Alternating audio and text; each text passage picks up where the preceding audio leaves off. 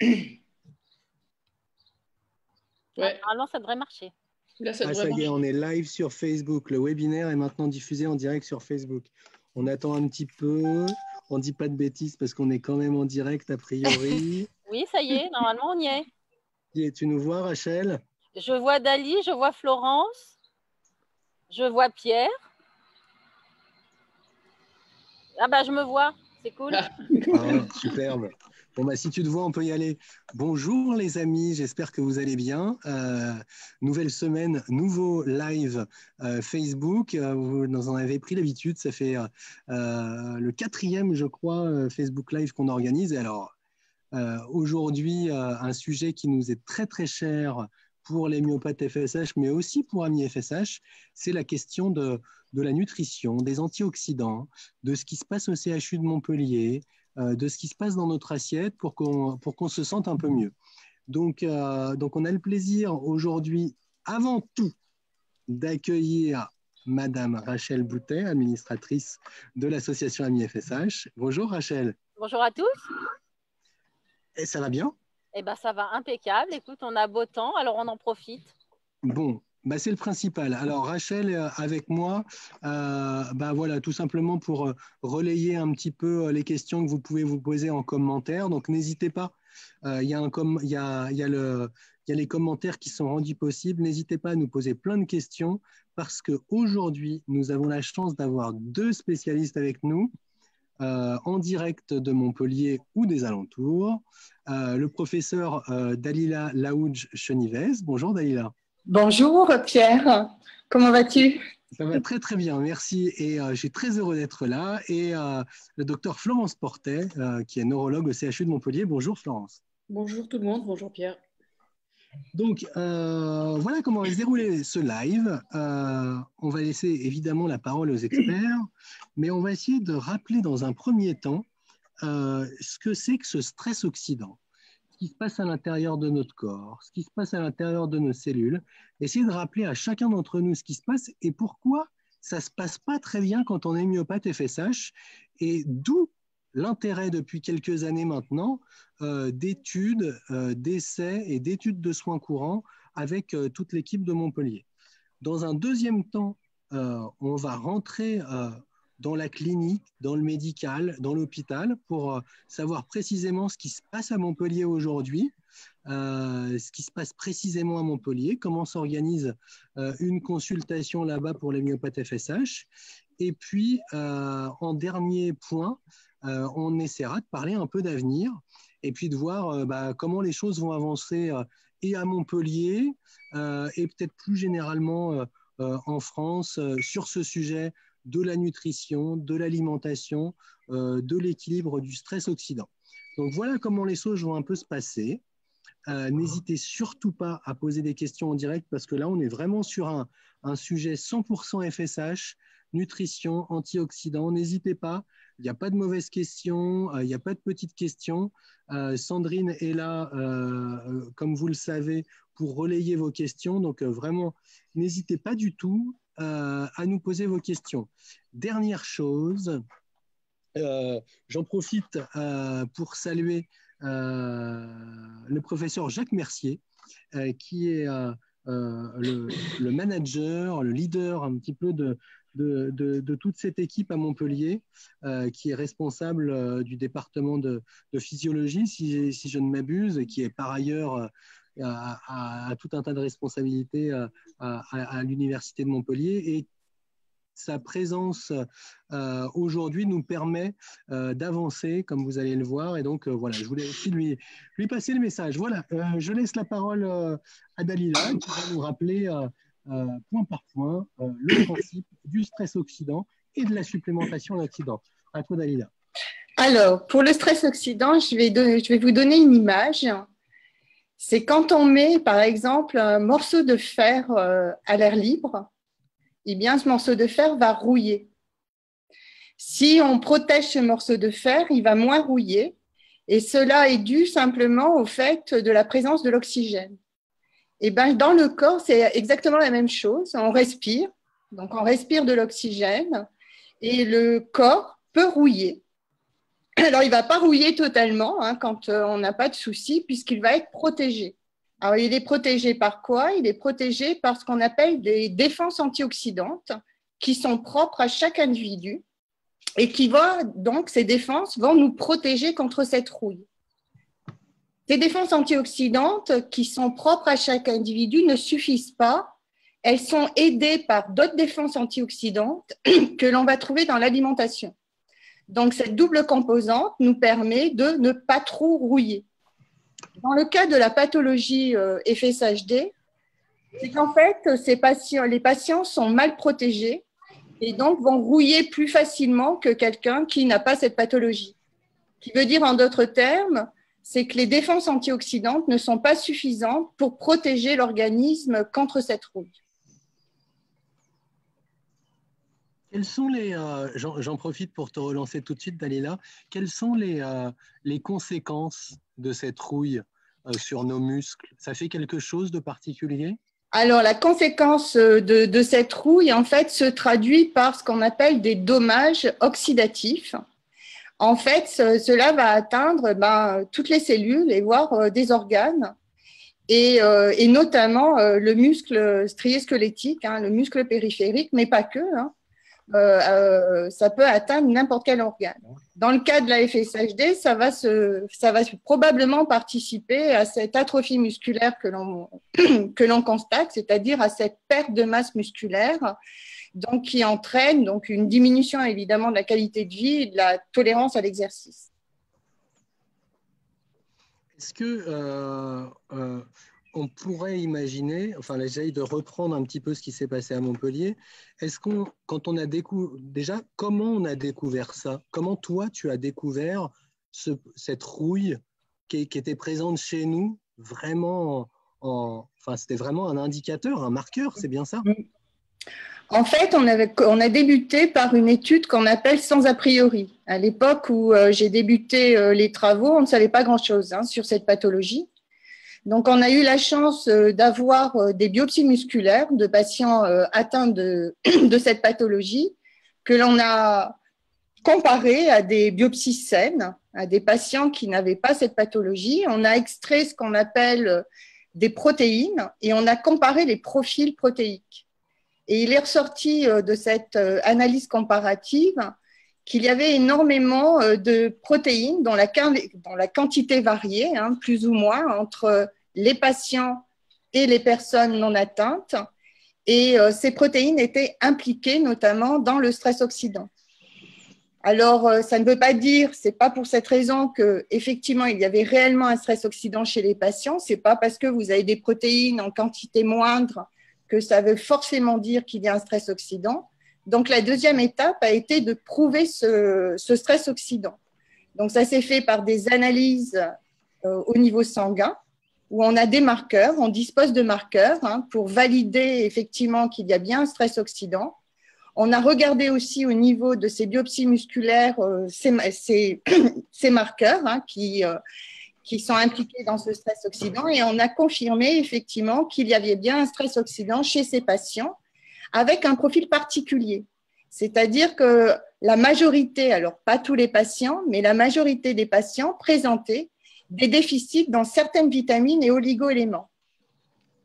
Alors, toujours pareil, la troisième étape a été de montrer que si effectivement, si ces déficits entraînaient bien un stress oxydant, donc il suffisait de supplémenter les patients avec ces vitamines et oligo-éléments, regarder si effectivement on améliorait le statut du stress oxydant, c'est-à-dire si on arrivait à le diminuer, et si cette diminution du stress oxydant était bien corrélée à une amélioration de la fonction musculaire et notamment de la tolérance à l'exercice. Donc ça constitue un premier protocole clinique qui était constitué par 54 patients, qui s'est fait en double aveugle contre placebo, à savoir on avait un groupe qui était traité par cette supplémentation, un groupe qui ne recevait pas cette supplémentation, sachant que personne ne savait qui prenait quoi. À partir de là, on a eu les données et on a montré qu'effectivement, si on supplémentait les patients par ces vitamines et oligo-éléments, eh bien, les patients diminuaient le stress oxydant et augmenter la fonction musculaire. Alors, au cours de ce protocole, tous les patients ont reçu la même dose, c'est-à-dire on était à dose fixe, quel que soit le profil réel de l'analyse biologique de chaque patient. Donc, comme dans tout protocole, on a des mauvais répondeurs et des bons répondeurs. Donc, parmi les patients qui ont reçu cette supplémentation en antioxydants, tous les patients n'ont pas répondu. Donc, on avait un pool de patients qui ont été considérés comme mauvais répondeurs. En fait, on s'est aperçu très rapidement que c'était des mauvais répondeurs simplement parce que la dose administrée n'était pas en adéquation avec leur déficit qui leur était propre. D'où l'idée de pouvoir ajuster cette supplémentation à chaque analyse de chaque patient. Donc, ce qui est fait donc, au CHU de Montpellier et qui est dont la responsable est le docteur Florence Porté. Alors, je t'arrête tout de suite du coup parce qu'on est là sur un point qui est très important pour notre communauté. Ça veut dire que tous les myopathes FSH ne réagissent pas de la même façon quand on leur propose une supplémentation en antioxydants. Il y en a qui réagissent, alors j'allais dire qu'ils réagissent bien, mais ce n'est pas le terme. Il y en a qui réagissent d'une façon et d'autres qui réagissent d'une autre façon.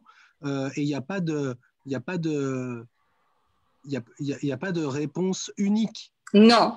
En fait, ce qui va être important, c'est vraiment d'adapter aux analyses biologiques propres. Alors, ça va dépendre aussi du stade auquel se trouve le patient, puisqu'en fait, ce qu'il faut bien comprendre, c'est qu'une fois qu'on allume ce stress oxydant, en fait, il ne fait que s'amplifier. Donc après, il y a d'autres composantes qui doivent intervenir, hein, c'est assez complexe. Donc, ça va dépendre du stade, de sa qualité de vie, entre autres de son type d'alimentation, de sa vie sociale, de sa vie professionnelle. Donc, on va avoir plusieurs composantes pour pouvoir expliquer pourquoi certains patients ont plus de déficit, je vais dire n'importe quoi, par exemple en vitamine E, qu'une autre personne. Donc, c'est pour ça qu'il est vraiment nécessaire de pouvoir ajuster donc aux doses. Et est-ce que ça veut dire que dans le temps, une même personne peut réagir un peu de façon différente par rapport à une supplémentation particulière? Oui, alors c'est pour ça qu'en fait, il y a ce suivi qui se fait de façon continue au CHU, puisque à chaque fois qu'on va adapter une dose, eh bien, en fait, il va y avoir une adaptation de l'organisme à cette nouvelle dose et ça va nécessiter, en général, on le fait tous les 9 mois ou tous les ans, Florence vous précisera, il va falloir réajuster parce que ces vitamines, eh ben, au cours du temps aussi, eh ben, peuvent s'empiler, hein, vont augmenter. Donc, on va encore rectifier les doses, etc., pour s'assurer qu'effectivement, ça ne soit pas délétère pour l'organisme. Ça, c'est le point important.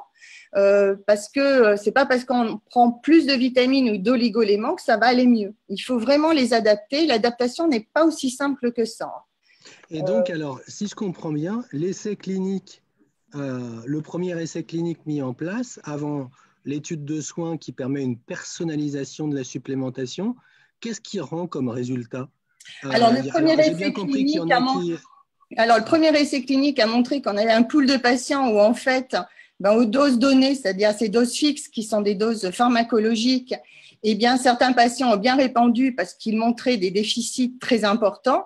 Donc, on est arrivé à les équilibrer sans vraiment le vouloir, hein, puisque tout le monde avait ses doses fixes et d'autres patients étaient beaucoup moins déficitaires. Alors, sur le laps de temps où on a donné ces doses fixes pour les mauvais répondeurs, il n'y a pas eu d'effet toxique ou délétère. Simplement, on ne les a pas bien rééquilibrés et donc, la fonction musculaire ne s'est pas dégradée, mais elle ne s'est pas améliorée. D'où l'idée, effectivement, d'adapter les doses à chaque patient pour effectivement éviter un effet délétère de ces antioxydants, parce qu'il faut bien savoir que tout antioxydant, quand il est mal employé, a un rôle de pro-oxydant, c'est-à-dire qu'il va entraîner une toxicité. Et ça, c'est relativement important à comprendre. D'où la nécessité que ces doses soient effectuées dans un cadre médical, absolument pas d'aller sur Internet et de prendre n'importe quoi, puisque tout antioxydant est potentiellement un pro-oxydant. s'il est mal utilisé. Et est-ce que quand on dit les antioxydants, c'est certains antioxydants, ce n'est pas tous les antioxydants. Tous n'ont pas la même aptitude. Moi, je connais la vitamine C, la vitamine E, mais je connais aussi je sais pas moi, le coenzyme Q10, d'autres antioxydants. Tous n'ont pas la même aptitude. Alors, l'idée que l'on a eue, exactement, l'idée que l'on a eue dans cette pathologie, c'est déjà de cibler les réels déficits. Quelqu'un qui n'est pas déficitaire, je vais dire n'importe quoi, en vitamine C, il ne sera pas nécessaire de lui donner de la vitamine C à la condition, parce que en fait, ce qu'il faut bien comprendre, c'est que chaque antioxydant est en équilibre avec un autre antioxydant, voire peut-être 2 ou voire peut-être 3. C'est super important. On prendre en compte cette balance. Donc, quelqu'un qui n'est pas déficitaire en vitamine C, la vitamine C, ça c'est connu dans la littérature, est en équilibre avec la vitamine E, c'est de s'assurer que ce ratio de vitamine C et E est correct. Donc, en fait, on ne peut pas prendre un antioxydant seul. Clairement, on ne peut pas se dire je vais prendre que de la vitamine C. Si on ne prend que de la vitamine C, on va déséquilibrer une balance qui existe entre la vitamine C et la vitamine E. Le résultat de ce déséquilibre va entraîner un stress oxydant. Donc, on va rouiller et on peut rouiller davantage. Donc, on a déjà la pathologie. Si en plus ces antioxydants sont mal utilisés, on recrée un autre type de stress oxydant, donc on va rouiller davantage. Et à terme, ça va être hyper délétère. D'accord. Et j'en profite juste pour dire aux personnes qui commentent et qui posent des questions, je les ai sous les yeux, vos questions, on va y répondre à toutes. Ça va plutôt être dans la deuxième partie, je pense, la partie clinique, juste pour vous dire, voilà, on va répondre à toutes vos questions, ne vous inquiétez pas. Moi, j'avais une question, Dalila. Du coup, on prend le parti de personnaliser la supplémentation grâce à l'étude de soins courants dont va nous parler le docteur Florence Portet. Mais est-ce qu'on a déjà scientifiquement, d'un point de vue de la recherche, des petits résultats sur est-ce que la personnalisation fait mieux que le dosage unique? Alors, on a effectivement débuté des analyses préliminaires sur les 50 premiers patients.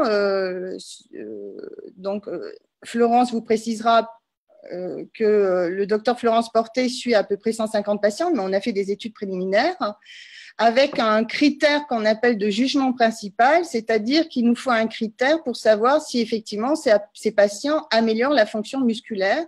Et là, c'était notamment la force des quadriceps. Et cette analyse préliminaire montre qu'effectivement, en adaptant les doses, par comparaison aux doses fixes, on a une amélioration qui est beaucoup plus marquée que quand on utilisait des doses fixes. Bien. Moi, j'ai pas vraiment une question, mais plutôt une information. C'est que moi, je suis dans l'association depuis 3-4 ans maintenant. Et évidemment, je parcours, comme certains d'entre vous, les publications scientifiques sur la FSHD. Et c'est vrai qu'il y a 3, 4, 5 ans, il y avait assez peu de littérature sur antioxydants, enfin stress oxydatif et FSHD. Et c'est vrai que maintenant, il y a beaucoup plus de littérature scientifique là-dessus. Et quand on se balade sur les congrès organisés par la Society ou par la Société française de myologie, on se retrouve avec beaucoup plus d'interventions qui font état de ce facteur de stress oxydant qui n'est pas le seul d'ailleurs, puisqu'il y a des gens qui parlent aussi d'inflammation, il y en a même qui parlent d'immunité, en fait, etc. Voilà. Alors, ce que je veux juste dire, c'est qu'avant, on avait du mal à entendre parler ce stress oxydant alors que l'essai clinique avait été déjà lancé, etc. Et maintenant, moi, j'ai rencontré des Japonais qui travaillent dessus. On connaît des Anglais chez Peter Zamit qui travaillent dessus, notamment grâce à toi, Dalila. Donc, c'est quelque chose qui commence à prendre de l'ampleur. Et donc, il faut il faut bien avoir ça en tête, que ça peut être un des moyens pour mesurer et peut-être améliorer à l'avenir l'état des myopathes FSH. Oui, tu as parfaitement raison. En fait, nous, quand on a commencé, un des reproches, et ça, je peux tout à fait le comprendre, c'est qu'en fait, le stress oxydant, dans beaucoup de pathologies chroniques, il y a ce stress oxydant. Et souvent, il est considéré comme une conséquence. Et ce qui a fait le reboom au niveau de cette pathologie, c'est qu'en fait, il y a de plus en plus de publications qui ont montré en plus une relation entre ce stress oxydant et un gène qui a été mis comme majeur dans la FSHD, c'est DUX4, donc il y aurait cette relation. Et du coup, ça a relancé, puisque là, du coup, ce stress oxydant qu'on a considéré comme une conséquence s'approche de plus en plus de la cause. Alors, il y a ça. Et puis, pour tout expert du stress oxydant, on sait que le stress oxydant, quand on parle du stress oxydant, on ne peut pas ne pas parler de problèmes inflammatoires et ne pas parler de ce qu'on appelle la réponse innée. Ces trois sont très liés. Après, qui fait quoi en premier, c'est un peu plus compliqué pour hiérarchiser en fait ce qui se passe, mais clairement, il ressort que le stress oxydant ferait partie des causes dans cette pathologie, d'où ce regain de popularité pour cette notion. Parfait, merci beaucoup Dalila pour ces éléments de contexte et ces précisions. Je crois qu'on peut passer sans transition à la partie clinique, à la partie médicale, mais du coup, après cet essai, qu'est-ce qui s'est passé au CHU de Montpellier? Qu'est-ce qu'on a lancé? Ça fait désormais un certain temps que ça dure. Comment se passe une consultation? Qu'est-ce qui va se passer à l'avenir? Du coup, je te donne la parole, Florence, pour nous expliquer un petit peu tout ce cheminement clinique pour le coup. Oui, bonjour. Le cheminement clinique, le but est d'évaluer l'impact pas seulement de l'adaptation de la supplémentation, mais aussi de la prise en charge pluridisciplinaire sur l'évolution de la maladie. Donc, il y a une évaluation, il y a un suivi clinique avec une mesure de la force, il y a un suivi physiologique avec une mesure de la masse musculaire, il y a un suivi physiologique aussi par mesure de la force du quadriceps, et il y a un suivi biologique qui permet en particulier de contrôler les éléments du stress oxydatif, l'inflammation et les éventuels facteurs associés.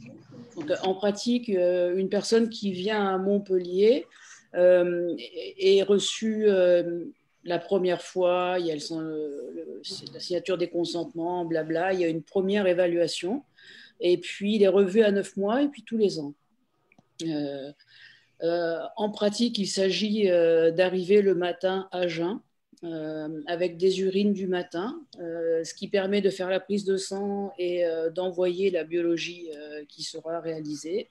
Puis le patient est reçu par technicienne, pour ceux qui participent au protocole FANFAN, qui réalise les mesures physiologiques, c'est-à-dire l'impédance-métrie, qui permet d'évaluer la masse musculaire, la masse grasse et la masse maigre, qui réalise ensuite l'évaluation avec Sandrine Abogas, le chercheur du service, l'évaluation de la force isométrique du quadriceps. Il s'agit de s'asseoir dans un fauteuil et de soulever une barre.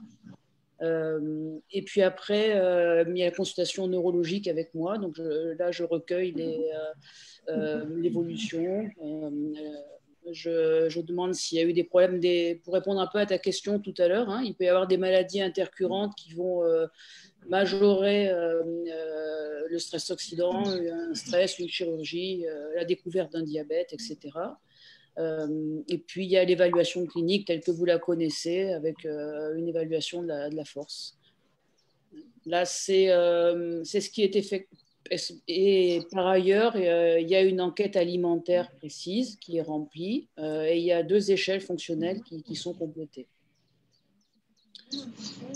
Donc, ça, c'est le protocole de soins actuel. Est-ce que je dis tout de suite ce qui risque non, je vais commencer tout de suite avec des questions. Alors, je peux répondre, oui. Ça dure depuis 3 ans, c'est ça? Ça a 4 ans. débuté il y a 3 ans. Alors, on a été obligé, j'ai aperçu des questions, hein. On a été obligé de stopper la cohorte à l'inclusion de 150 patients. Il y a aussi une inclusion d'une quarantaine de personnes qui sont hors protocole, pas de langue française, hors CEE, etc. Parce que vous imaginez bien qu'en ayant les visites initiales, puis les visites à 9 mois, puis à 1 an, on avait une augmentation exponentielle du nombre de patients qu'on ne pouvait plus gérer. Et là, on crée du stress et de la rouille dans le service aussi. Donc, on a bloqué la banque et c'est à partir de là qu'on a commencé à initier une discussion avec le CHU et AMI FSH en a fait partie pour renforcer l'équipe et pouvoir, d'une part, prolonger le suivi et d'autre part, inclure de nouveaux patients. Alors, justement, en fait, ce qui s'est passé, c'est que pendant 3 ans, vous avez à peu près accueilli 150 patients, plus une quarantaine extérieure, et donc vous avez staffé une équipe pour assumer ce volume-là, en fait, avec des chercheurs, des techniciens, une neurologue, une assistante, etc. Et qu'à un moment donné, il n'était plus possible au regard de cette équipe et au regard des investissements du CHU pour cette étude de soins courants, il n'était plus possible d'avoir plus de patients, c'est ça? Oui, tout à fait, parce qu'avec 3 patients par jour, on était au maximum de ce qu'on pouvait donner, parce que l'évaluation de chaque patient, la prise en charge dure 4 à 6 heures, hein, toutes les évaluations. Moi, je ne peux pas faire la consultation en moins d'1 heure, etc. Donc, à un moment, on arrivait aux limites pratiques. D'accord. S'il n'y avait qu'une seule consultation, on pouvait inclure un nombre infini, mais il y a la consultation initiale et puis les suivis. Donc, tout s'est empilé. En fait, comme nous dit Dalila, on peut pas faire une consultation et une prescription et au revoir monsieur. C'est pas possible. Enfin, ça rentre pas dans la dans la gestion optimale de la pathologie. Il faut se revoir, il faut ajuster, il faut préciser parce que les antioxydants, comme vous l'avez dit, ça peut être dangereux. Tout à fait. Et puis aussi parce que chaque évaluation peut avoir ses limites. Par contre, avoir plusieurs points, et là on le voit très bien hein, avec l'expérience, avoir 5 points de suivi, c'est extrêmement pertinent. S'il y a une aggravation qui peut être liée à un problème intercurrent, à une personne qui a arrêté de faire de l'exercice physique aussi, hein, parce qu'il n'y a pas que les liens sociaux, si on donne les conseils et on voit s'il y a de nouveau une progression. Donc, il est vraiment important d'avoir plusieurs points. Et puis, concernant le suivi biologique, c'est vrai que on voit bien quand les patients arrêtent, on le voit tout de suite, on voit les désordres, on voit les déséquilibres, et il est vraiment important de pouvoir adapter. Et concernant les antioxydants, moi, je donne toujours aux patients, sur ceux qui me connaissent, l'exemple de la vitamine E, qui a été décrite comme ayant une activité antioxydante qui va être positive dans la maladie de Parkinson. Et les Américains se sont jetés sur la vitamine E, on a avalé des barils. Le problème, c'est qu'à 2 grammes, il y a eu des décès parce que c'est devenu pro-oxydant et avec des accidents hémorragiques. Donc, il faut toujours être extrêmement prudent. Hein. Et quand dans la cohorte, il y a des petits jeunes qui ne prennent pas celui de midi parce qu'ils sont au lycée, etc., le discours est clair, c'est ou vous prenez tout, vous ne prenez rien, parce qu'il y a aussi un danger de déséquilibre des balances en faisant un petit peu son alchimie propre. Je reviens sur ce que tu disais, ce que vous disiez avec Dalila, c'est que la supplémentation antioxydant, elle agit pas seule, elle complète une alimentation plutôt équilibrée, elle complète une activité physique adaptée à la pathologie. C'est comme ça que j'ai l'impression que c'est comme ça que vous voyez les choses. Ah oui, vraiment. Moi, je vois la consultation. Hein, enfin, il y a la partie supplémentation et puis la partie biologique que nous analysons avec Dalila. Et il y a aussi un questionnaire très précis sur le niveau d'activité physique, est-ce qu'il est épuisant ou pas, et sur l'alimentation. C'est vraiment, moi je vois ça comme une triade, hein, et on peut pas voir la maladie avec une seule approche, purement biologique, stress-oxydant, purement activité physique. Tant qu'on n'a pas le médicament qui guérit, je pense qu'il faut avoir une approche pluridisciplinaire. C'est vraiment très important et ne pas regarder avec un seul petit bout de la lorgnette la maladie. Et justement, on a une question de Mohamed sur l'alimentation et sur peut-être les aliments à privilégier et ceux à éviter, voire à proscrire. Je trouve que c'est une question intéressante. Alors, on ne va pas faire la liste des aliments, mais juste avoir en tête peut-être 3-4 astuces alimentaires qui ne guérissent pas, mais qui permettent d'avoir une alimentation plutôt sereine vis-à-vis de la pathologie. Je laisse la parole à Dali d'abord, et puis parce que je vois qu'elle sourit, et après je pourrais prendre la parole. Donc, en termes alimentaires, je ne suis pas la seule à le dire, c'est vraiment de diversifier et d'être équilibré, c'est de ne pas faire une fixation sur un produit. Je vais citer un exemple. Dans la supplémentation, souvent on donne ce qu'on appelle du sélénium sous forme de sélénométhionine. Le sélénium, on peut en trouver dans certains aliments et même de façon à des doses très importantes. Donc, par exemple, les noix de pécan, les noix de Brésil, pardon, sont très riches en sélénium. Quelqu'un qui va manger 1 kilo de noix de Brésil, ça ne va pas lui faire du bien. Donc, l'idée, c'est vraiment de manger de tout et de diversifier. Alors, pourquoi c'est important de diversifier? C'est que c'est une autre notion qui entre en cours, sur laquelle on travaille aussi, puisqu'on récupère vos alimentations, votre carnet alimentaire. C'est ce qu'on appelle les polyphénols. Alors, les polyphénols, ils ont été décrits au départ, on vous disait de boire un verre de vin parce qu'ils contenaient des polyphénols. En fait, les polyphénols, on va les trouver dans les fruits, partout. Et ces polyphénols peuvent être différents. Je vais donner un exemple entre une pomme rouge et une pomme verte. Donc, c'est ça qu'on appelle diversifier, c'est-à-dire de manger pas forcément toujours des pommes vertes, on va pouvoir diversifier au sein d'une même catégorie et de manger équilibré. Donc, ça, c'est l'avantage de ne pas privilégier forcément un aliment plus qu'un autre. Hein. C'est vraiment de manger de tout de façon équilibrée. Hein. Ce n'est pas la peine de manger trop non plus. Hein. Et diversifier. Diversifier, c'est vraiment relié à ces notions de polyphénol qui sont différents, hein, je vous dis, entre une pomme verte et une pomme rouge. C'est pour ça que la règle des 5 fruits et légumes, hein, qui est très médiatisée, mais elle est partie de conseil aussi dans d'autres maladies dégénératives. Hein, c'est important.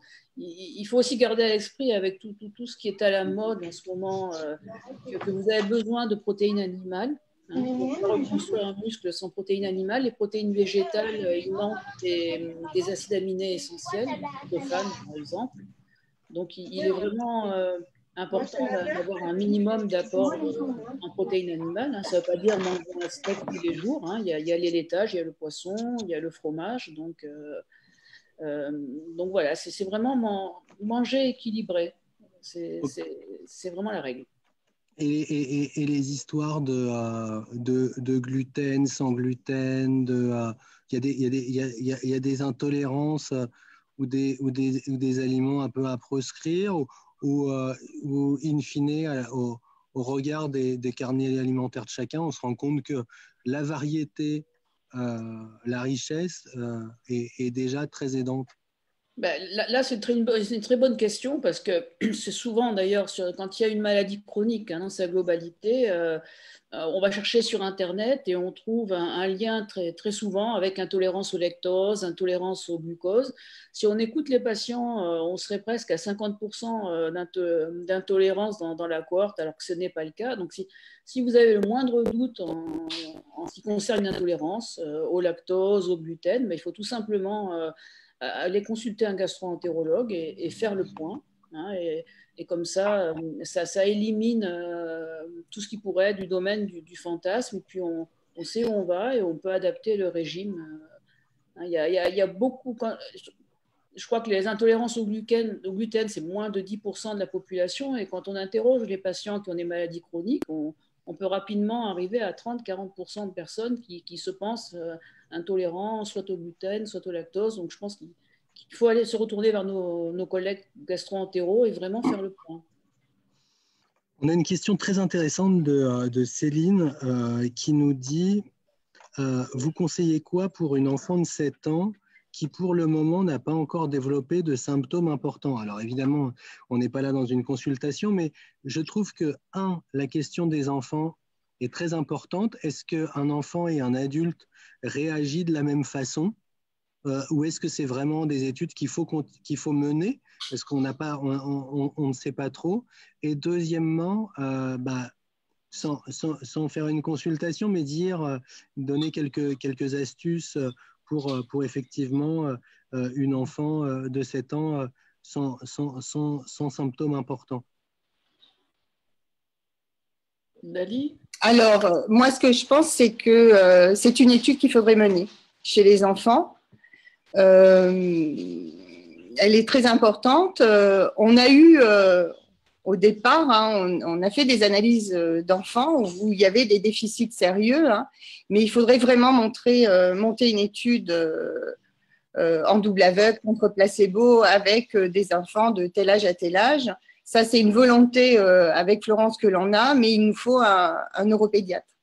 Bon, moi, je me suis un peu refusée à avoir des enfants de moins de 15 ans. Après, il y a un pédiatre au CHU qui pourrait peut-être plus participer à l'avenir, mais moi, je pense alors, c'est compliqué. Dans la cohorte, on voit bien les ados. C'est quand même une prise. Donc, il y a 5 prises par jour parfois, mais c'est vrai que ça serait important de rééquilibrer au plus tôt le stress oxydant. Et puis, il faut déjà leur donner des conseils d'hygiène de vie, qui mangent équilibré, et c'est pas facile de déscotcher un gamin du McDo, qu'ils aient une activité physique régulière non épuisante. Enfin. D'autant plus qu'on voit, c'est qu'effectivement, chez les adultes, la supplémentation est beaucoup plus efficace chez des individus qui sont encore pas très atteints. Donc, en fait, il y aurait peut-être chez les enfants, je ne sais pas, il faut mener cette étude, peut-être une jolie prévention à faire aussi, avant qu'on arrive à des stades où c'est plus compliqué, quoi. Je pense que les personnes qui sont très, très atteintes, même si la supplémentation leur diminue le stress oxydant, ce n'est pas pour autant qu'on améliore réellement la fonction musculaire. En complément de d'autant plus qu'un enfant va aborder l'adolescence. Et on sait qu'il y a des moments un petit peu clés dans la maladie, des potentiels ouragans au moment de l'adolescence, au moment des orages hormonaux comme la grossesse. Donc, c'est vrai qu'on aurait envie de pouvoir prendre en charge ou connaître l'état du stress oxydant des enfants pour qu'ils abordent au mieux l'adolescence. Rachel ? Oui, il y avait une question en complément de celle-là, une question de Mohamed qui dit comment fait-on pour des enfants qui sont en pleine croissance et l'on sait que la myopathie est sensible à ce pic de croissance. Donc, quand on a des ados, est-ce qu'il y aurait quelque chose, des trucs de prévention à faire, sur l'alimentation, qu'est-ce qu'on pourrait un petit peu leur proposer? C'est un petit peu ce que je viens de dire. Mais alors, proposer à un ado une alimentation équilibrée, je ne veux pas mettre la barre trop haut. On sait tous, pour ceux que c'est compliqué, mais c'est vraiment obtenir d'eux déjà une alimentation équilibrée avec la règle des 5 fruits et légumes. C'est vraiment important. Après, pour tout ce qui est mesures alimentaires, je pense que j'ai appris de Christine Fédoux, qui était dans l'équipe, que certains médecins endocrinologues et diététiciennes, il ne faut peut-être pas leur mettre la pression, il faut leur laisser 2 ou 3 fois par semaine un repas très ado, et puis instaurer sur le fond quelque chose d'équilibré en lâchant prise 2 ou 3 fois par semaine. Je vois toutes les questions et on en vient aux questions de comment faire pour aller à Montpellier, de 4 ans d'attente à Montpellier sans aucune nouvelle, je suis de Reims, puis-je prendre rendez-vous à Montpellier, quand peut-on intégrer le protocole, etc. Donc, juste vraiment pour rappel et pour ceux qui nous rejoignent, l'étude de soins courants de Montpellier a été staffée pour accueillir peu ou prou 150 myopathes FSH. Effectivement, ce nombre est très loin de la réalité au regard de la prévalence de cette maladie.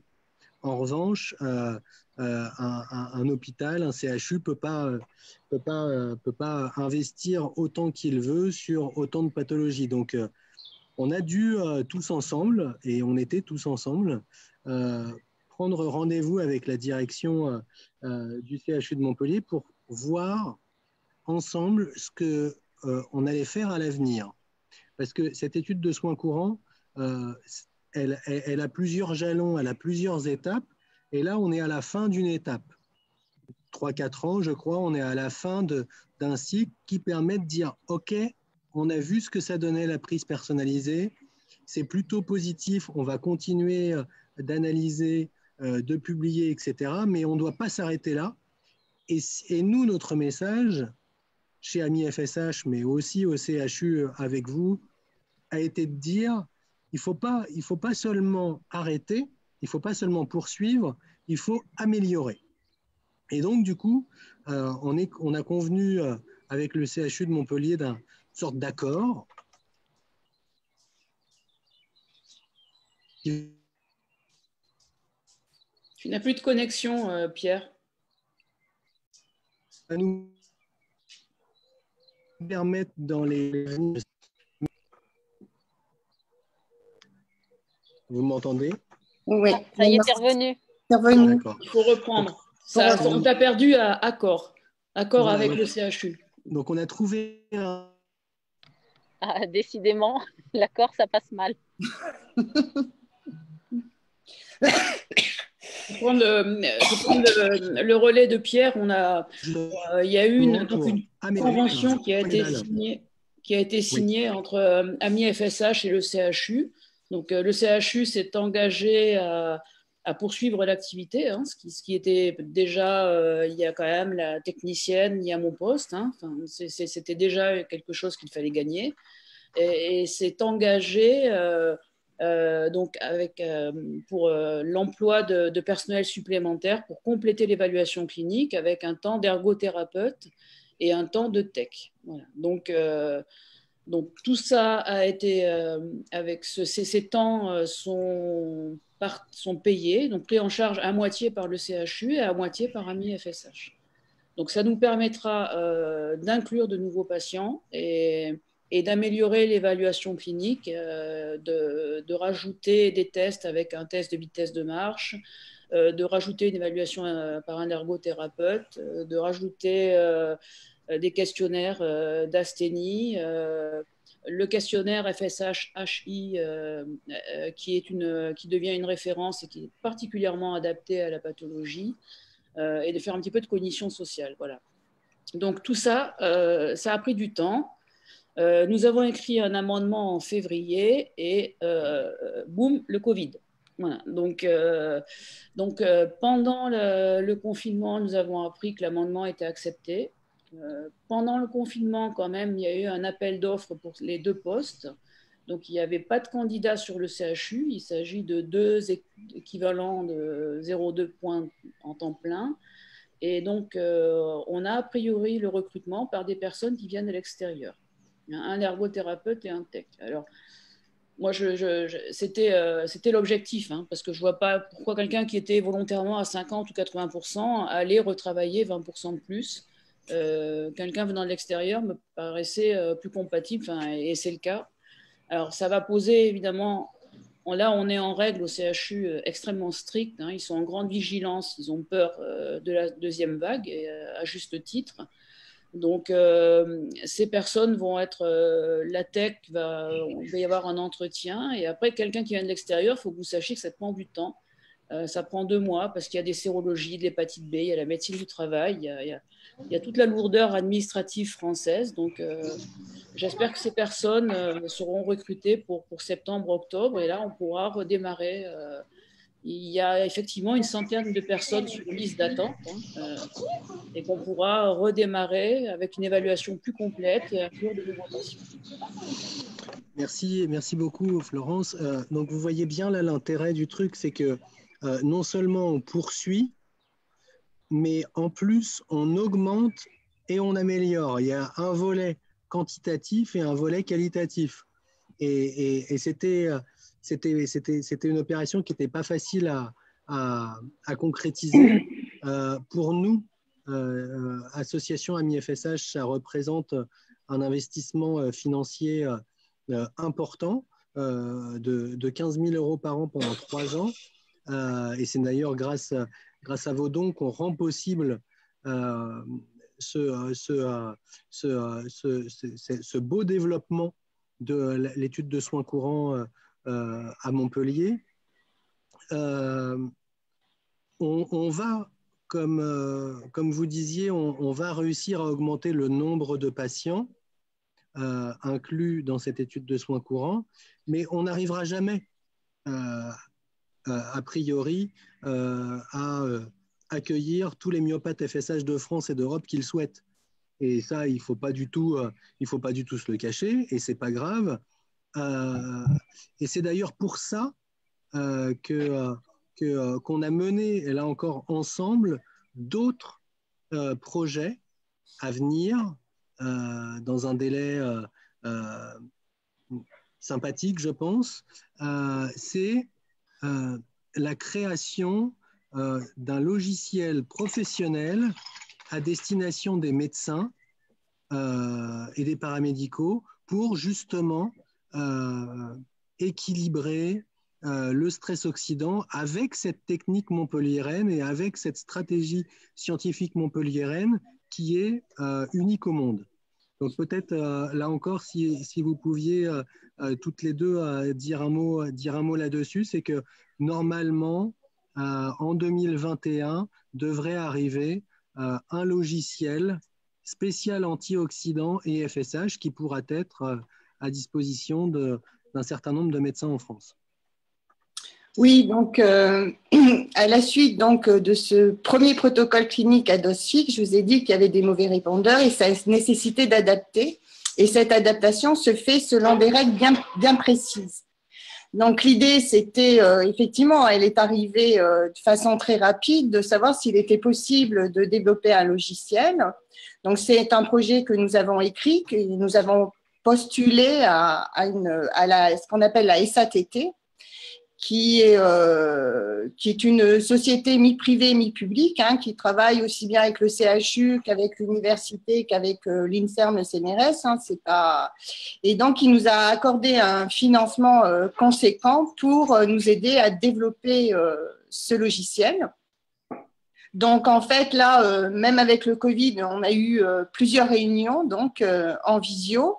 On a trouvé la société qui allait développer ce logiciel. Je suis en train de finaliser l'algorithme. Donc, ça va aller très vite à partir de l'algorithme. Et on s'est donné 1 an pour finaliser ce logiciel et de pouvoir le distribuer, donc, effectivement, à différents corps médicaux, enfin CHU et paramédical. Et puis aussi pouvoir avoir un développement probablement avec l'association Amis FSH. En pratique, à partir des résultats biologiques, le logiciel proposera l'adaptation de la supplémentation. Par contre, ce qu'il faut que vous gardiez bien à l'esprit, c'est que ces dosages, il y a toute une étape pré-analytique qui est très importante. Ça doit partir au labo dans telles conditions, ça ne doit pas traîner sur la paillasse. Donc, il faudra toujours quand même, je pense, se rapprocher d'un centre hospitalier universitaire ou d'un laboratoire, mais qui s'est engagé à tout ce qualitatif, parce qu'on ne pourra pas aller au laboratoire qui est à 2 pâtés de maison. C'est vrai que ces dosages peuvent être proposés par beaucoup de laboratoires, mais il faut rester prudent quant à cet aspect qualitatif. Ça répond à une des questions que j'ai aperçues dans la conversation. Un patient qui demande est-ce que je peux aller faire le dosage et vous l'envoyer. Moi, ça me pose quelques problèmes parce que tout dépend de où on va faire le dosage. C'est hyper important, notamment on dose la vitamine C. La vitamine C, une fois que la prise de sang est faite, elle doit être mise tout de suite au froid et elle part à l'analyse. Donc, des transports qui seraient comme ça à température ambiante, c'est même pas la peine. C'est-à-dire qu'on ne va rien doser au niveau de la vitamine C, on va avoir des données nulles. Donc, l'adaptation va être très compliquée puisque cette vitamine C est aussi en équilibre avec la vitamine E. Donc, en fait, c'est impossible à gérer. Donc ça, c'est un point, mais vraiment, comme le disait Florence, qui est hyper important. Alors après, je me mets à la place, moi, des gens qui nous écoutent et qui ne peuvent pas encore aller à Montpellier. Concrètement, qu'est-ce qu'ils font? Ils peuvent rien faire, donc ils gèrent juste leur alimentation, ils peuvent aller voir un médecin nutritionniste avec les études Montpellier-Rennes sous le bras, qui va l'informer de différents laboratoires qui sont capables de faire peut-être ces analyses. Comment ça se passe pour les gens qui nous écoutent là et qui peuvent pas venir à Montpellier? Est-ce qu'ils peuvent tenter quelque chose quand même? Enfin... Sans l'algorithme, c'est compliqué. Bon, Ouais. maintenant, là, Dalila, j'ai compris la réflexion, mais il y a eu maintenant, non, sans l'algorithme, c'est compliqué. Donc, le conseil, c'est de respecter déjà un apport en termes alimentaires, de respecter une activité physique endurante, non épuisante, et puis de patienter ou une consultation à Montpellier, ou alors leur centre de référence de proximité qui utiliserait cet algorithme. Mais en absence de l'algorithme, en fait, c'est toujours pareil. C'est que nous, on est ouvert à tout. Hein. S'ils ont un médecin traitant ou justement un centre de référence qui veulent appliquer ce traitement, on est là en seconde main pour les aider à adapter. Pareil, on est là pas en email, hein, mais bon, vous imaginez que ça, c'est limité aussi. Florence ne fermera pas la porte si elle est contactée par un médecin qui est d'accord pour utiliser cette supplémentation en antioxydants, mais qui ne sait pas l'adapter. Nous, on l'aidera, clairement. On l'a déjà fait. On ne le médiatise pas parce que c'est pareil, on ne va pas pouvoir se démultiplier, mais bien sûr qu'on nous sommes à disposition. Et l'algorithme à l'horizon 2021, moi je trouve que c'est quelque chose de très positif parce que c'est après-demain. Après, il faudra le distribuer, il faudra peut-être le vendre, mais nous allons jouer, nous, association Amis FSH, un rôle là-dedans. C'est que ça nous concerne tellement qu'on va être très actifs pour continuer de bien développer ce logiciel. J'en profite pour saluer Bénédicte Fauvel de la SAT Accélère de Montpellier qui fait un travail remarquable dans ce projet-là et qui a réussi grâce à nous à lever 200 000 euros pour que ce logiciel puisse voir le jour en 2021. Donc, j'en profite pour remercier toute l'équipe de la SAT et en particulier Bénédicte. Nous, on jouera un rôle pour acquérir les droits de ce logiciel, pour prospecter nos centres de référence, pour leur dire « faut y aller là-dedans, c'est bien ». Et puis, ça peut en plus ne pas servir que la FSH. Donc, il faut avoir ça en tête. Après, je reviens aussi sur une chose qui est très, très, très importante et dont on a parlé, mais pas assez à mon goût et au goût de certains de nos adhérents. Mon téléphone sonne pas mal. C'est la question des enfants. C'est qu'est-ce qu'on fait, quoi. Enfin, je veux dire, de toute évidence, ce sont les cas les plus tôt, les plus sévères. Leur prise en charge est quand même rendue compliquée. Parce qu'il y a des atteintes auditives, ophtalmologiques, en plus des atteintes physiques. On les traite entre l'adulte FSH et une myopathie de Duchenne et une amyotrophie spinale. C'est pas facile et je me mets à la place des parents qui entendent que les antioxydants, ça peut jouer un rôle, un des rôles dans se sentir mieux. Il faut absolument qu'on passe la seconde. Ce n'est pas du tout pour nous imposer des choses ensemble, mais franchement, il faut qu'on passe la seconde. Moi, je pense qu'il est important, et je pense que Florence sera d'accord avec moi, et on sera là, c'est de trouver un neuropédiatre qui accepterait de monter un protocole chez l'enfant, ou auquel on participerait. Hein. Donc voilà, nous, pour le moment, on ne l'a pas.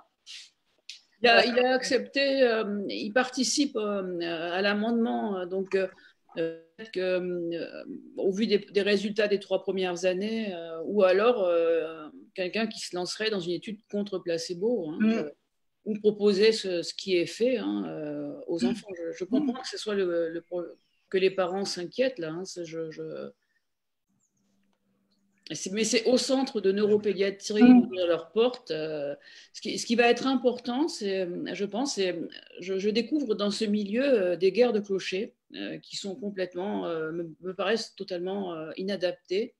Pour l'instant, il faut avoir une approche pluridisciplinaire, plurimolécule quand on le peut, tant qu'on n'a pas le primum movens et qu'on ne peut pas traiter la maladie.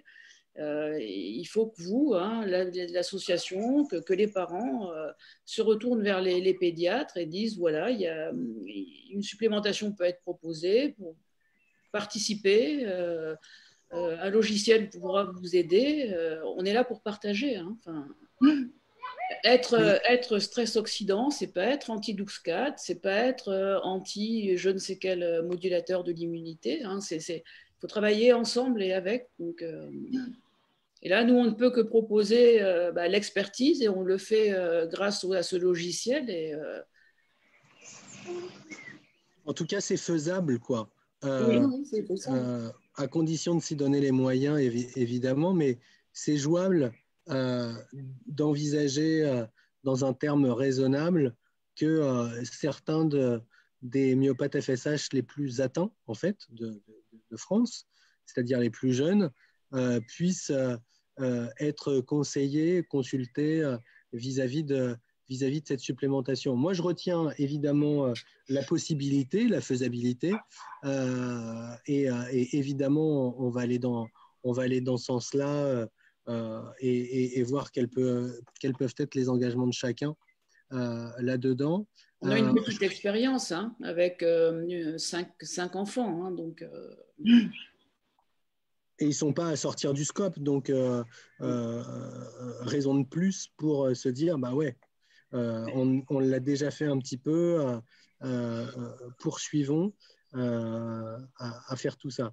Je ne sais pas si on a relevé toutes les questions, Rachel. Non, il y a une question de David Carcassonne qui dit « J'ai rendez-vous à Montpellier au mois de juillet ». Oui, alors là, il y a eu, avec Jacques Mercier d'Ali, c'était sur une réunion clinique et par la volonté du directeur général, par prudence, l'activité pleine du CHU recommencera le 1er septembre, en particulier pour les personnes fragiles.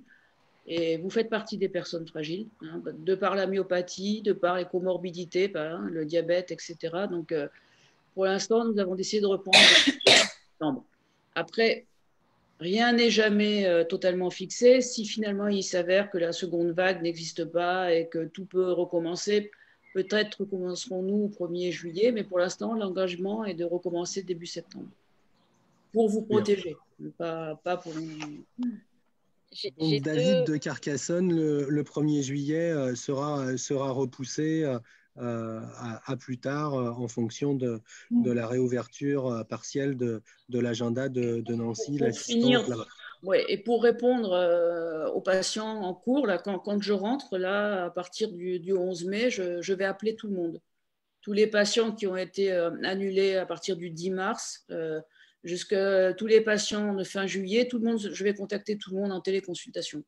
Pour voir comment ça va, où ils en sont. Très bien. Il y a deux petites remarques. Il y a Véro Justin qui nous dit qu'elle a eu une prescription de zinc, sélénium, vitamine C, vitamine E et du lévocarnil sans aller à Montpellier. Voilà. Au CHU de Caen. Oui. Et il y a Cathy Génin, le neuropédiatre du CHU d'Angers, a prescrit des antioxydants, mais sans contrôle sanguin. Elle se demande si c'est bien raisonnable. Alors, pour revenir, le fait qu'il y a d'autres CHU qui donnent cette supplémentation, ils ont le droit. Cette supplémentation est considérée comme médicament orphelin pour cette pathologie. On avait fait un dossier pour. Donc, n'importe quel CHU peut utiliser cette supplémentation. Ce qui est ressorti de notre enquête, c'est que beaucoup de neurologues ont avoué qu'effectivement, ils ne savaient pas l'adapter, d'où la notion du logiciel. Par contre, donner des antioxydants sans qu'il y ait une analyse biologique, ça peut être délétère, quoi. C'est pas bon, quoi.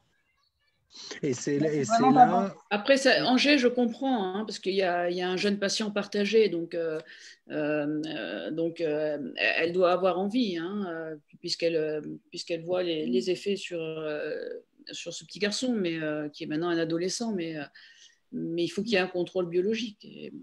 Parce que pour le moment, elle est donnée qu'à dose fixe, hein, parmi les différents CHU, hein, sur l'enquête qu'on a fait avec la SATT.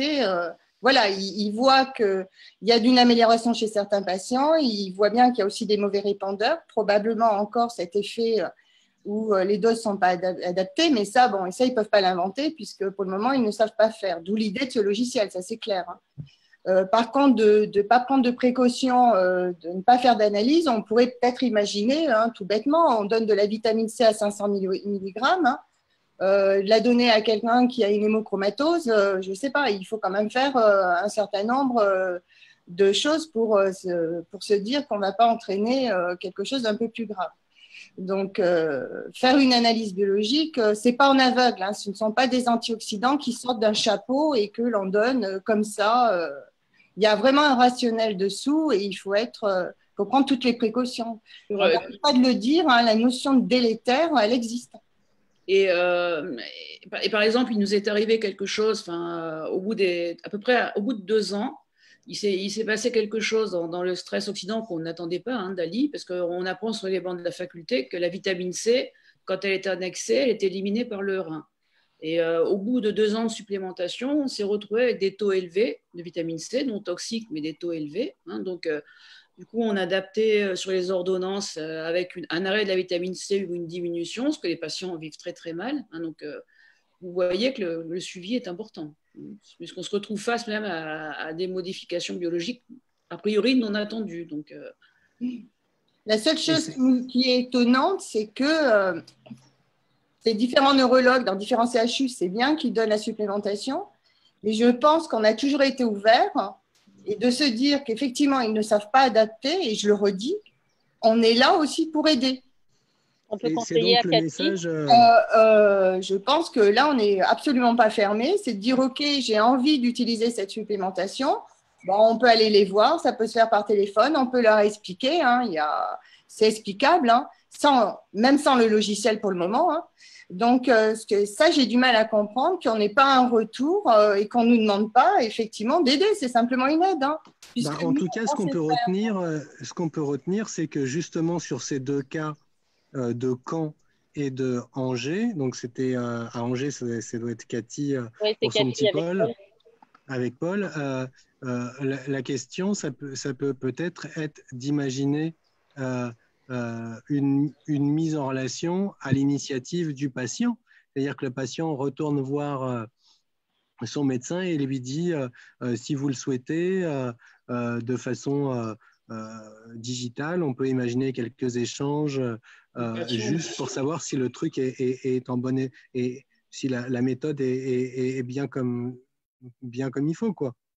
Ça doit être, et le patient donne notre email. Par contre, nous, dans l'autre sens, déontologiquement et par respect pour notre confrère, on ne peut pas aller vers le confrère en disant on passerait pour des donneurs de leçons. Bien sûr.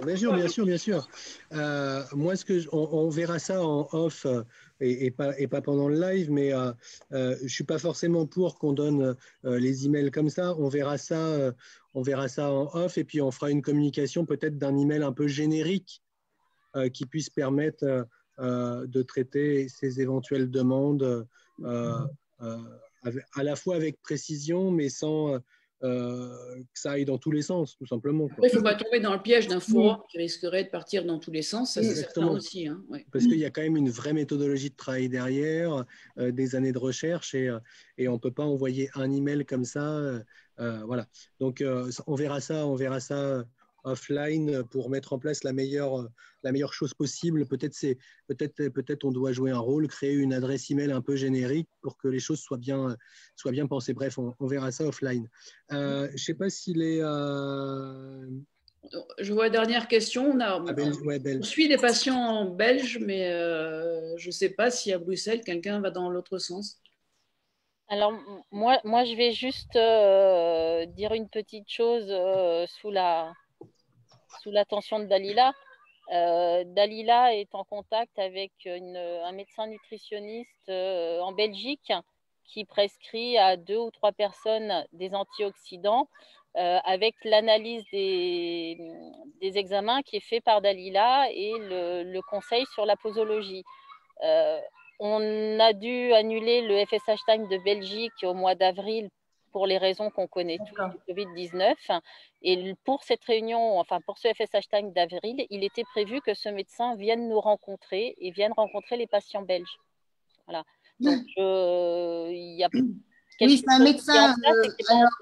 Oui, c'est un médecin nutritionniste qui travaille avec le CHU de Liège où sont faites les analyses. Donc, le préclinique, c'est un de nos collaborateurs, hein, c'est le docteur Joël Pincemel, hein, avec qui je continue à travailler d'ailleurs, donc qui est en charge de ces analyses. Et moi, je travaille donc avec ce médecin nutritionniste où je l'aide à adapter les doses. Donc, elle est tout à fait favorable donc, à prendre des patients atteinte de FSH et de s'en occuper. Et elle est tout à fait aussi favorable le jour où le logiciel verra le jour à l'utiliser. Et elle commence à de mieux en mieux connaître la pathologie. Elle a tous nos questionnaires. Elle fait exactement le même type de visite que nous, on fait à nos patients au CHU. Hein. Elle est très, très carrée. Plus une prise en charge au niveau alimentaire.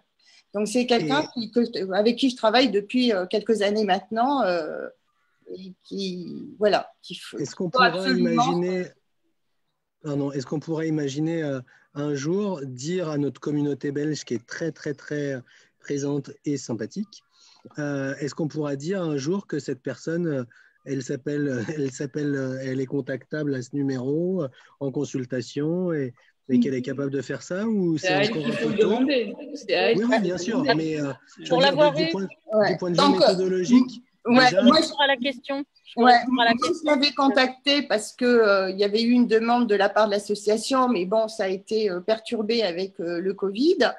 Elle était contente de vous rencontrer, donc après, il faudra voir donc effectivement avec elle. Il est clair que elle m'a dit sa volonté de s'occuper des patients atteints de FSH. Okay, elle me l'a dit très clairement. Après, sa capacité, je ne la connais pas. Bien sûr. Mais je pensais que vous l'aviez déjà rencontrée. C'est pour ça que… Non, j'ai juste eu un contact téléphonique. La réponse est oui, elle est tout à fait prête à prendre, parce que là, elle n'en a pas beaucoup, hein, mais moi, quand je l'ai eue, elle était très, très intéressée pour ouvrir la consultation à un nombre plus large. Par contre, la seule chose, effectivement, c'est que les gens soient sérieux dans la prise des médicaments et dans la visite régulière, parce qu'il faut absolument qu'il y ait un suivi annuel. Et voilà, donc elle insiste beaucoup sur ça, mais oui, ça vaut le gros avantage, je le redis, c'est qu'elle travaille avec le CHU de Liège, qui sont piliers au niveau des analyses du stress oxydant, hein, comme à Montpellier. D'ailleurs, que ce soit le docteur Joël Pincemel que le professeur Jean-Paul Christol, qui s'occupe aussi du stress, se connaissent, travaillent ensemble. Donc là, on a 2 gros piliers dans le domaine des analyses bien faites. Donc ça, c'est un avantage qu'a ce médecin en Belgique. Très bien. Là, pour le coup, je crois qu'on a fait le tour des questions et de ce joli live puisqu'il est 5h20. Voilà, merci infiniment de nous avoir aiguillés sur ces aspects majeurs qui composent notre maladie, évidemment les antioxydants, mais aussi cette prise en charge et puis plus globalement l'alimentation, l'activité physique qui forment un tout quand il s'agit du bien-être ou du mieux-être du malade. Vraiment, merci beaucoup. Je retiens évidemment les 2-3 petites choses qu'on va mettre en place à l'avenir et les choses dont on doit parler pour vous apporter notre aide, notamment pour une expérimentation avec les enfants, etc., qui est hyper important pour nous. Merci infiniment. Je profite pour vous dire et pour dire à nos lecteurs et à nos auditeurs, plutôt téléspectateurs, que le prochain Facebook Live fera de nouveau intervenir René Même et Nathalie Mur sur l'activité physique adaptée. Et il y aura la semaine prochaine une session le 15 après-midi pour les personnes FSH qui sont debout et une version de Facebook Live le 16 pour les FSH qui sont en fauteuil ou qui préfèrent pratiquer l'activité physique assise pour des questions de sécurité. Donc, restez archi connectés au Facebook Amis FSH. Portez-vous bien tous autour de ce live, Rachel, Dalila, Florence, et à très très vite. Merci encore 1000 fois. Merci à vous. Merci beaucoup. Merci à tous. À bientôt. Au revoir. À bientôt. À bientôt. Au revoir.